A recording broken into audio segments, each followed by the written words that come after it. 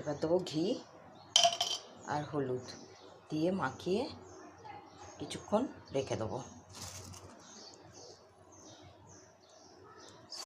এবার দেবো ঘি আর হলুদ দিয়ে মাখিয়ে কিছুক্ষণ রেখে দেবো। চালটায় ঘি, হলুদ আর একটু আদা দিয়ে মাখিয়ে রেখে দিলাম।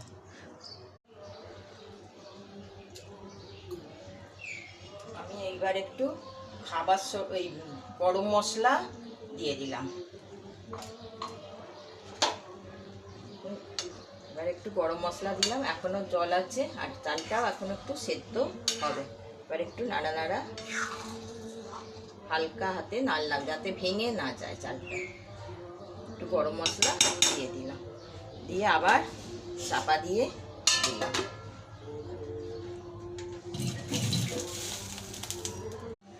হয়ে গেছে।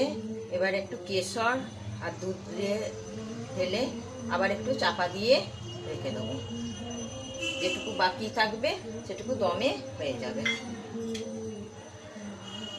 পোলাও হয়ে গেছে।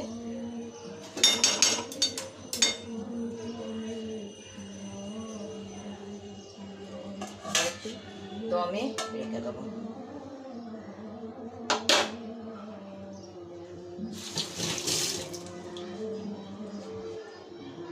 বাসন্তী পোলাও রেডি। রেসিপিটা আরেকবার বলে দিই। চালটাকে ধুয়ে পরিষ্কার করে একদম ঝরঝরে করে তাতে আদা, ঘি আর হলুদ দিয়ে মাখিয়ে রেখেছিলাম 20 মিনিটের মতো। তারপর ঘি গরম করে গরম মশলা, বড় ছোটো এলাচ, দারচিনি, লবঙ্গ আর তেজপাতা দিয়ে তারপরে 2টো কাঁচা লঙ্কা, কিশমিশ আর বাদাম ভেজে চালটা দিলাম, দিয়ে আবার ভাজা ভাজা করে ফেললাম। তারপরে নুন দিলাম, জল দিলাম, দিয়ে তাতে জলটা মানে চাল থেকে 2 গাঁট উঁচুতে থাকবে, দিয়ে আঁচটাকে মিডিয়াম করে দিলাম আর চিনি দিলাম, দিয়ে নাড়া নাড়া করে চাপা দিয়ে দিয়েছিলাম।